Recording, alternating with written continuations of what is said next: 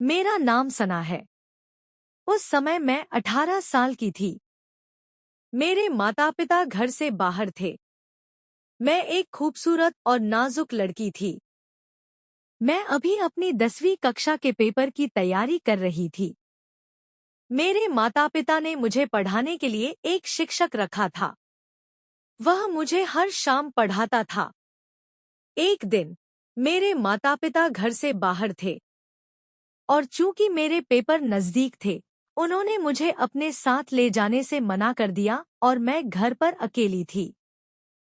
शाम का समय था और जैसे ही मैं नहाने के लिए बाथरूम में गई और नहाने ही वाली थी कि दरवाजे की घंटी बजी। मुझे लगा कि मेरी पड़ोस की लड़की होगी और इस समय कौन आ सकता है। टीचर अभी भी मुझे आधा घंटा दे रही थी। आधा घंटा लेट हो गया था, इसलिए मैं बिना पैंटी पहने ही बाहर आ गई और टीचर ने मुझे अपने पास बुलाया।